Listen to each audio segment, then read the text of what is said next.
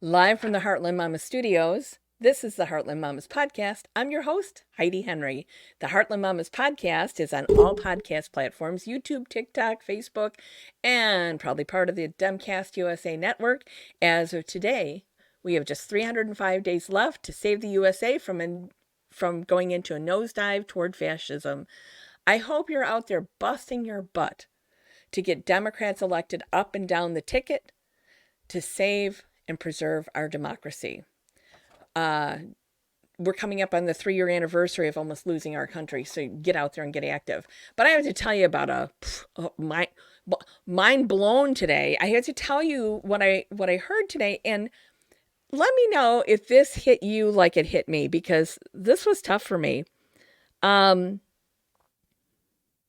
Israel today said that they're pretty much ending the war in Gaza. And they're pulling back. So, they've been pulling out troops lately. And with all the damage they did, they're going to, allow the USA and Egypt to come in and repair Gaza. Okay.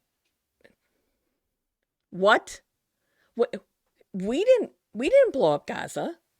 You guys did. Why do we have to rebuild it? I don't get this.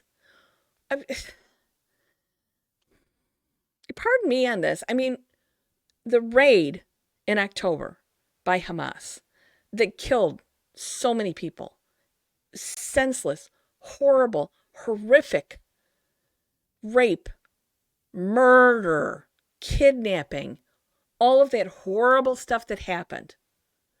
And then the retribution that followed.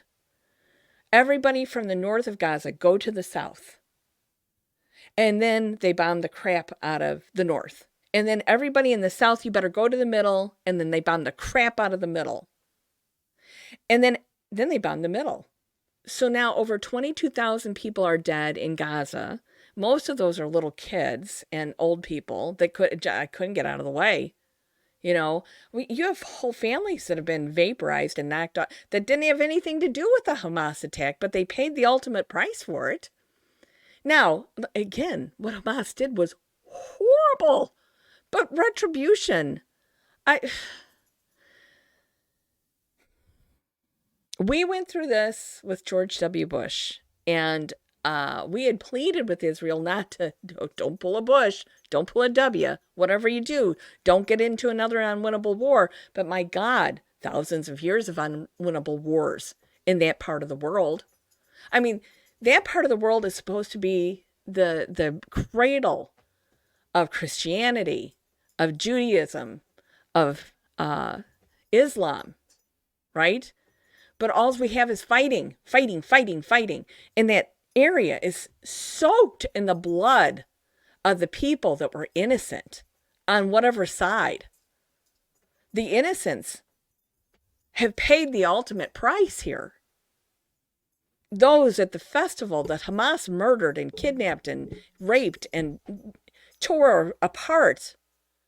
And then everybody who died in Gaza. I mean, and I realize that there's some bad guys caught in on that as well. But, one bad guy, 100 innocent people, I'm not sure that the ratios are good. And the thing is I think Netanyahu's pulling back now because he wasn't able to advance his ideology to take over the Supreme Court to prevent them from investigating him on corruption charges, right? He didn't want to be held responsible. The people of Israel just reelected him not that long ago. And like some of the people in this country, they must love electing criminals, right? Because that's what they did. And he couldn't stop the Supreme Court, so he made this huge error I don't know how Israeli intelligence didn't get wind of this and prevent this, because they usually do a great job with the Iron Dome, preventing what happened in October by Hamas from ever happening, right? They usually do an excellent job with that. But somebody dropped the ball, and I think it's because Netanyahu was really paying attention to his corruption trials and not keeping an eye on things, right? So he's got that distraction with the war, right?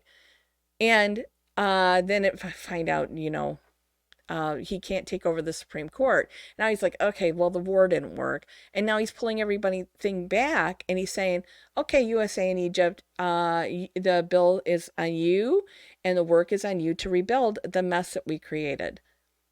I'm sorry, what? What? Why do I have to do it? Why do my tax dollars have to do that? I mean, my tax dollars paid for the weapons that blew it up in the first place, and now you kids, you made this mess. You need to go and clean it up. I don't think we should have to foot the bill. I mean, but here's the problem. Israel has created in Gaza a water crisis, a famine, a humanitarian crisis, an infrastructure crisis, an education crisis, a healthcare crisis. Where do you even start? A broom and a dustpan aren't going to do the work. It's going to take a lot. And then at the same time that we're rebuilding this and putting all this money into it, we're going to give Israel new weapons and more money so that in a couple of years they can do it again. Because there'll be another war there. There always is. Always. And look, I completely, 100% support the people of Israel. I support the Jewish people. I don't support Netanyahu at all. He's a horrible person. But when the refugees came to the area that is often referred to as Palestine, but it wasn't a formal country, and that's a lot of history I don't want to get into right now. But it was kind of more or less a British principality at that time. Anyway, so they're like, get out of your houses. We're bringing all the refugees in. Well, it's not like they had a choice. So they had to move.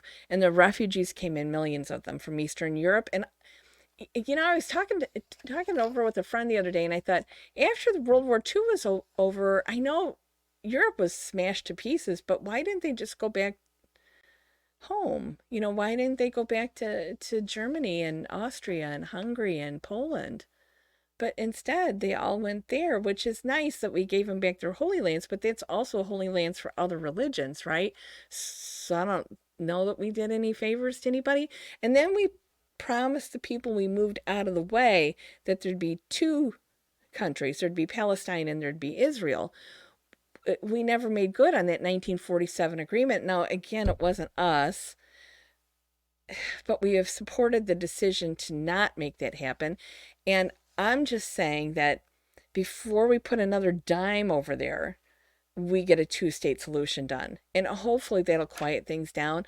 I think often about the mess in India and Pakistan, when India was all one country and it was a problem to the British Empire and they were like done and over it, after they created their caste system and all the other bullshit that happened in India.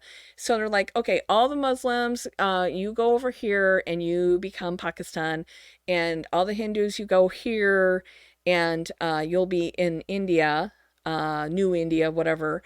And yeah, there's a few Christians and other things in here, and we'll just kind of mix you in wherever. That has not gone well. It's still a problem over there. What, that happened 100 years ago? I can't remember exactly, but it was a long while ago. But things are still not right, and you can't. We just can't come in as people, as outsiders, and say, okay, all you Palestinians, over here, you go to the heights and to the strip, and you go over here, and you've got this disjointed country, and you can't travel to those areas without permission. So you can't go from one area to the other area of Palestine without permission because you have to drive through Israel.